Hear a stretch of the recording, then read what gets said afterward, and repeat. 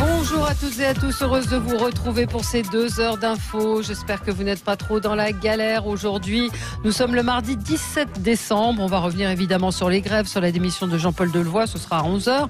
Mais notre invité média, c'est Jacques Pessis. Bonjour Jacques. Bonjour Valérie. Bonjour Gilles Gansbach. On Bonjour, est Gilles. ravis de vous recevoir ce matin. Donc évidemment, les auditeurs de Sud Radio vous connaissent. On peut vous écouter tous les jours, du lundi au jeudi, dans les clés d'une vie de 13h20 à 14h. Et le vendredi, c'est de 13h à 14h. Exactement. Donc du lundi au vendredi, vous êtes là. Vous en êtes à combien d'invités ? 680. Aujourd'hui, c'est le 680e. Ce sera Jean-François Bernardini. Ouf, ouais, c'est. Mais quand on aime, on ne compte pas. De Et- Imouvrini. Bah oui, pourquoi vous précisez Bah, pour les connaît. auditeurs. Oui, on connaît. Mais vous êtes une immense mémoire de la télévision, de la radio. Vous connaissez tout sur tout, j'ai envie de dire. Vous avez réalisé de très nombreux documentaires. Et vous venez pour nous parler de ce documentaire formidable qui va être diffusé dimanche, Les Maîtres des Jeux Télé. C'est un documentaire qui est consacré à l'histoire des jeux télé. J'ai appris plein de choses. Avant qu'on en parle, je rappelle qu'il y a I Love Piaf avec Anaïs Delva qui est au Théâtre d'Auneau à Paris à 19h les jeudis et vendredis. Exactement. Vous avez le temps de vivre. Mais c'est très bien. Oui. Mais c'est la vie, ça, non? C'est la vie. Et J'aime Brassens avec Aude Duhamel les samedis et dimanches à 15h30 au Théâtre Edgar à Paris. Oui, dont j'ai écrit le livret. Voilà, vous avez écrit le livret, donc vous êtes un homme très actif et très occupé. On va reparler des jeux télé. Vous la regardez, la télé, Oui. Jacques ? Oui, enfin, je regarde quelques séries, mais les séries américaines elles se ressemblent toutes. Et je regarde aussi beaucoup d'émissions d'enfants pour des raisons familiales. Ouais. Et je suis incollable sur La Patte Patrouille, sur l'Âne Trottrou et sur Choupi. Oh là là et les autres émissions, vous qui avez un regard... Écoutez, moi j'ai la nostalgie de certaines séries françaises qui étaient passionnantes et qui étaient bien réalisées. Et il y a une série qui m'a toujours marqué, c'est Rocambole. Je ne sais pas si ça vous dit Ouais, quelque bien chose. sûr, bien sûr. Avec Pierre Vernier et Jean Topard. Et il y a une série américaine qu'on peut voir qui est Damage. Je ne sais pas si vous l'avez vu. Oui, avec bien Glenn sûr, Close. Damage, Je n'ai jamais vu une génial. série aussi bien faite. C'est très bien fait. Avec, mais Glenn Close. le reste, vous savez, quand on travaille beaucoup, on n'a pas beaucoup le temps de regarder la télé. Hier soir, voilà, c'est une manière... Vous avez regardé quelque chose hier soir à la télévision ? Mon ordinateur pour préparer l'émission d'aujourd'hui. Préparer l'émission. Il faut dire que les émissions de Jacques Pessis sont préparées, mais au cordeau. J'ai rarement vu une préparation comme celle-là. J'ai eu la chance de participer à une de vos émissions et vous saviez des choses incroyables. Donc c'est un énorme boulot. Ouais, c'est une pile, Hier là. soir à la télévision, mais le carton, c'est pour TF1, 4 674 000 téléspectateurs pour le téléfilm Coup de foudre à Noël avec Thomas Sisley. Alors, c'est moins que le Bazar de la Charité, mais c'est très bien pour une rediff parce que Rémi Perneuil, qui est notre mémoire vivante à nous des audiences télé, nous a rappelé que ce téléfilm avait été diffusé le 18 décembre 2017. Il y a 2 ans, il avait fait 6 400 000 téléspectateurs. Donc 2 ans après, TF1 réitère Ressort. avec ce coup de foudre qui a très bien marché. Deuxième position, c'est France 3 avec un Faut pas rêver consacré à l'Alsace, 2 359 000 téléspectateurs. C'est plus que Secret d'Histoire et c'est plus que le précédent Faut pas rêver. C'était plutôt un très bon score. La série britannique de Fix qui marche pas terrible sur France 2 est remontée hier, 2 078 000 téléspectateurs. C'est encore pas génial. Et le Gadin, c'est pour M6, c'est pour l'ambition intime de Karine Marchand qui recevait était hier. venue nous en parler hier. Elle recevait Gad Elmaleh, 1 552 000 téléspectateurs, 6,6% de part de marché. M6 qui est même battu par TMC. Donc visiblement, il y a Est-ce que c'est un rejet de l'émission ou un rejet de Gad Elmaleh? Il y a eu Je pense tellement que c'est d'histoires autour de Gad Elmaleh que je crois que le public fait attention. Oui. Vous pensez que ça vient plus de là que de Oui. l'émission? Oui, l'émission, c'est les trois. Enfin, ça avait très bien marché. On l'avait dit avec elle, avec les politiques. C'est vrai, quand il y a eu des people, ça marchait moins bien. Mais Gad Elmaleh, c'est une sacrée claque pour lui ce matin, Ouais, quand mais même. c'est un gadin pour Gad. C'est un gadin pour Gad. Bravo Jacques. On va parler un petit peu télé avec vous. Alors vous avez déjà répondu à ma question. C'était l'émission qui vous manque aujourd'hui. Il y en a d'autres émissions que vous aimeriez dont vous êtes nostalgique? Moi, j'ai eu la chance de travailler avec Philippe Bouvard dans Samedi soir, et il y avait une rigueur d'écriture, de questions et de montage qui me manque aujourd'hui. C'était de l'esprit, mais il y avait pas on cherchait pas le buzz. L'esprit venait naturellement. Il y avait de la méchanceté, mais il y avait toujours une raison d'être méchant, et il n'y avait pas de facilité. Oui, ce qui n'est plus le cas aujourd'hui. Ce qui n'est pas toujours le cas aujourd'hui. Ce qui n'est pas toujours le cas. Alors ça veut dire que Hanouna, c'est pas votre tasse de thé? J'ai rien contre Hanouna. En plus, ça marche très bien, donc il y a un public. Très bien, oui. Voilà. C'est ce qu'il faut se dire quand ça fonctionne, c'est qu'il y a un public. Voilà. Alors nos auditeurs regardent également la télévision. Sonia est en ligne avec nous. Bonjour Sonia. Oui, bonjour Valérie. Bonjour à vous tous. Bonjour. Oui, j'ai vu Gad Elmaleh, ça m'a beaucoup plu. Hein. Ouais. Je l'aime bien comme humoriste. Et je dois avouer qu'au début, j'ai regardé le Noël alsacien. C'était super. Pendant la pub, j'ai zappé, je suis tombée sur Gad Elmaleh. Et puis du coup, je suis restée. Ça m'a plu. C'était vraiment touchant avec leur bonne qui faisait partie de la nounou qu'ils ont retrouvée, voilà, effectivement. Mais c'est pas péjoratif. Non, mais c'était. Voilà. Et donc, ça vous a plu? Super. Oui, c'était touchant. Un peu larme à l'œil. Hein. Bah oui, elle l'a fait pleurer, Karine Le Marchand. Elle a réussi à le faire pleurer, Gad Elmaleh. Oui, elle est bien, Karine Le Marchand. Je la vois dans L'amour est dans le pré, souvent. Et vous, Sonia, vous aviez suivi un peu les histoires de plagiat, tout ce qui s'est dit autour de lui, ou pas du tout? Oui, j'avais suivi, mais il y a longtemps. En Amérique, il paraît qu'il a plagié un humoriste américain. Voilà, c'est ça. Non, si je ne m'abuse. Oui, c'est ça. Il y a longtemps. Mais bon, vous aimez bien Gad Elmaleh et ça vous a pas empêché de regarder l'émission hier. Super. Voilà. Il est simple, il n'a pas la grosse tête, il est super. Merci beaucoup Sonia, merci de nous avoir appelés. 0826 300 300, on va passer au zapping. Sud Radio, le 10h midi, les médias, l'instant zapping. Valérie Jacques, c'est parti pour le zapping du jour. Je suis avec mes deux patrons, je fais attention. Évidemment, hier, tout le monde a commenté la démission de Jean-Paul Delevoye, intervenu à la mi-journée. Dans cet avou sur France 5 pour Gérard Miller, de la France Insoumise, c'est symptomatique de ce gouvernement. C'est même extraordinaire que quelqu'un qui est supposé avoir une importance aussi grande sur la vie de nous tous, de millions de personnes, que cet homme, finalement, commette, non pas comme il a dit une erreur, mais 10, 11, 12. Moi, je dirais que ça dit quelque chose aussi de ce qu'est ce milieu social. C'est-à-dire qu'on dit c'est bénévole, ou il touche de l'argent, mais comment est-ce qu'on peut avoir autant de liens avec les assurances, avec tel ou tel organisme? On voit bien qu'effectivement, au pouvoir actuellement, et les amis du pouvoir sont des gens qui ont effectivement des connexions au plus haut niveau. Valérie Pécresse, qui dirige la région Paris-Île-de-France et donc les transports qui vont avec, dénonce les grévistes et parle de prise d'otage des usagers. Alors Quotidien, sur TMC, a été à sa rencontre pour savoir si le mot otage n'était pas un peu fort. Prendre en otage, vous pensez que c'est adapté comme expression ou pas? C'est vraiment très dur. Moi, il y a un vrai sujet sur l'Île-de-France où vraiment, on passe des heures. Vous ne répondez pas à ma question, l'usage de... Moi, je pense que... Vous assumez cet usage? Je pense qu'il faut prendre cette expression qui symbolise bien les victimes de ces grèves. Parce que ces victimes, on n'y pense jamais. Bien sûr.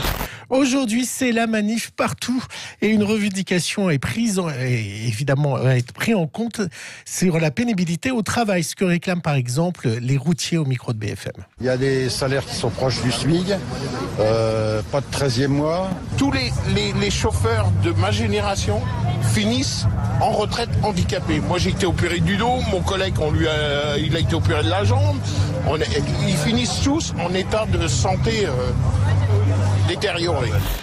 À peine l'élection de Miss France terminée que Geneviève de Fontenay est montée au créneau hier. C'était chez Jean-Marc Morandini sur CNews. Et vous allez voir, elle n'a pas aimé, mais alors pas du tout aimé cette cérémonie, Valérie. Il n'y a plus cette ambiance de charme, d'élégante. En fait, c'était. Puis d'abord, il y avait les candidates, elles étaient toutes. Il n'y avait qu'une chorégraphie, il y avait les mêmes robes. Là, ce qui est choquant, c'est que justement, elles sont présentées par groupe de 10, mais avec des chorégraphies différentes, des tenues différentes. Donc, il n'y a plus d'égalité entre les candidates, déjà. Et puis, ce décor, pour commencer, qui était moche comme tout et tout. Puis après, ces chorégraphies qui étaient dédiées à l'Angleterre, à la Russie et à l'Espagne. Mais moi, c'est pas Miss Europe, c'était pas Miss Europe, c'était Miss France. Et pour finir hier sur TPMP, le romantisme n'a pas réussi à Michael Youn. Vous allez voir, il a raconté comment il a été fait cocu. Vous savez quoi, Cyril Hanouna, il n'a pas pu s'empêcher de presque donner l'identité de la personne. Je peux pas vous dire qui c'est, mais c'était il y a une quinzaine d'années.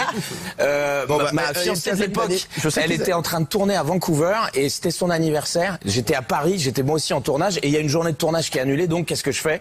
Je prends l'avion et là j'arrive à l'hôtel et qu'est-ce que je vois? Elle en train d'embrasser le producteur sur la bouche devant la réception, quoi. Oh là là. Et puis j'ai passé tout le mobilier de la chambre par la fenêtre. Non, tu ne manges plus donc depuis de tataki. Je ne mange plus de tataki. Vous avez compris qui c'était? Oui, voilà. Elsa Pataki. Vous le dites, Valérie. Pourquoi c'était, on le savait déjà. J'ai vu réagir sur cette espèce de polémique proposée, sur le mot prise d'otage. Nos auditeurs souvent nous reprochent d'employer ce mot, mais il faut rappeler quand même que dans la langue française, il y a un sens figuré. Bien sûr. Donc voilà, une prise d'otage est une action visant à retenir des personnes contre leur volonté, afin le plus souvent de revendiquer quelque chose, la possibilité d'une évasion, revendication politique. C'est une expression française qui existe et qu'on a le droit d'utiliser sans se faire insulter. Il faut défendre la langue française, la vraie. C'est pas votre truc quotidien, Jacques. Oh, je regarde pas. C'est pas mon truc. C'est-à-dire que il y a une particularité. Il y a un animateur, il y a un ton, et ce ton touche le public. Et il est original. C'est déjà quelque chose.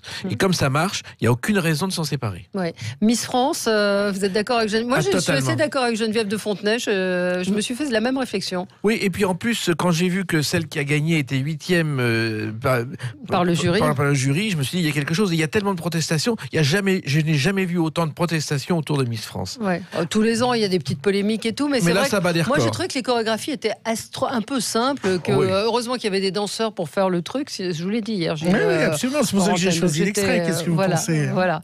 Donc, moi, j'ai trouvé que c'était un show, qu'il y avait plus de show qu'à l'habitude. Non. Pas tellement. Et moi, qui ai connu tous les comités Miss France, il y en avait 2 à une époque. C'était un avantage sur moi. Oui, c'était beaucoup plus rigolo. C'était plus rigolo. Allez, on va parler des jeux télé. Donc, c'est à ne pas manquer dimanche à 17h30, les maîtres des jeux télé. Alors moi, j'avoue que vous avez trouvé des images d'archives, mais incroyables. Franchement, on voit. Alors, je vais commencer un petit peu en brouillon. Ce qui m'a parmi les choses qui m'ont le plus marqué, c'est Pierre Bellemare, jeune.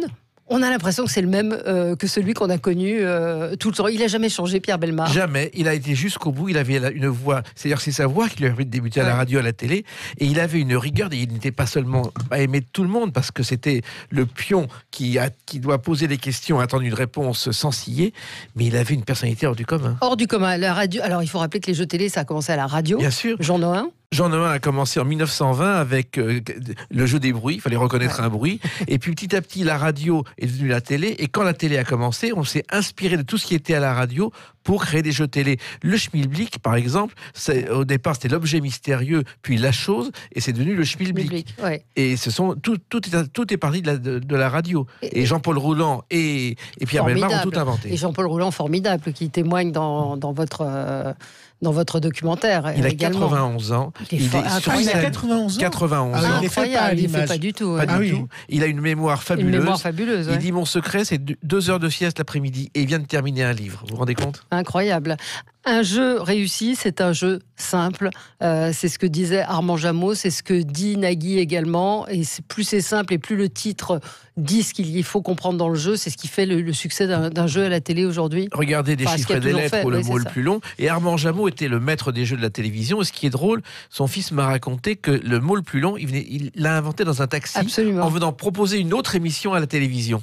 Et il ne pensait pas que ça marcherait comme ça. Parce que c'est un jeu auquel ils avaient joué en famille pendant l'été. Voilà, ils avaient inventé ce jeu. Il inventait des jeux, Armand Jameau, il découpait des cartons et il jouait en famille. Et alors, ce qui est incroyable, c'est qu'on voit un extrait de Countdown, c'est-à-dire la version anglaise de un mot le plus long et des chiffres et des lettres, qui continue à exister sur la BBC. Il y a même l'année dernière des primes qui ont cartonné en audience sur des chiffres et des lettres, puisqu'ils font des chiffres et des lettres avec des people, ce que nous on ne fait pas. Je pense que certains n'auront peut-être pas le courage de le faire, mais aux États-Unis, il y a des primes, des chiffres et des lettres avec des people. Oui, et alors en France, le mot le plus long, c'est un jeu, c'est un concept français, et c'est le premier à avoir été vendu à l'étranger. Et à l'époque, Armand Jameau l'a vendu lui-même, ce qui a donné l'idée aux chaînes de télévision, comme ça marchait, de créer un service pour vendre des jeux. Et on voit que les Français ont été très novateurs, et avec Jacques-Antoine, avec Fort Boyard, c'est le début des jeux d'aventure. Bien sûr. C'est-à-dire que ça n'existait pas avant.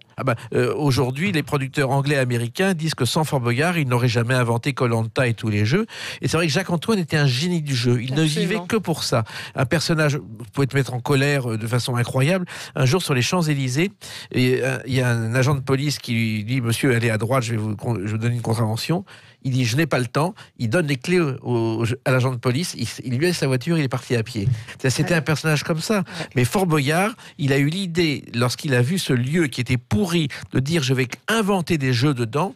Et il a travaillé des années, parce que c'est pas né comme ça, pour créer Fort Boyard. Et puis, il faut dire que tous ces créateurs avaient compris une chose, c'était que le jeu est une mécanique et un rythme, et c'est ce qui vont faire le succès. Et vous raconter une petite anecdote, parce que beaucoup de jeux mis en place par les Français ou les Américains sont vraiment, on a le contrôle entre guillemets sur les jeux. C'est pas vraiment de la triche, mais le contrôle. Et vous expliquez que par exemple, durant un fameux jeu de l'époque qui était la tête et les jambes, quand il y avait trop de questions et donc que les jambes n'intervenaient pas, et ben il avait des questions très difficiles. Oui, le carton rouge. Le carton rouge. Oui, c'est ça. Ce que je me suis dit en regardant le truc, je me suis dit, il y avait c'est légèrement bidonné parfois. Il l'avoue aujourd'hui, il y avait des questions très difficiles que Pierre Bellemare avait en réserve. Et si le candidat était trop brillant, il disait ces questions difficiles. Et là, les gens m'intervenaient. Ouais. Alors, ce qui est formidable et ce qu'on voit dans ce documentaire, c'est aussi toute l'évolution du jeu télévisé avec l'arrivée de l'ordinateur, l'arrivée de la technique en fait, où on passe de choses assez simples à des choses un petit peu plus élaborées. Et puis on apprend que les jeux télé, c'était au départ, ça rassemblait toute la famille. Le jeudi soir, moi je savais pas, les cinémas étaient vides en 55. Oui, car on regardait Télématch, la tête et les jambes. On allait même dans les cafés quand on n'avait pas la télé pour regarder l'émission. Et c'est vrai que les jeux ont évolué. D'abord, c'est l'homme du XXe siècle de Pierre Sabag, également inventeur de journal télévisé, qui a créé le premier ordinateur où on répond à des questions. Il s'appelait Sidonie. C'était assez sommaire.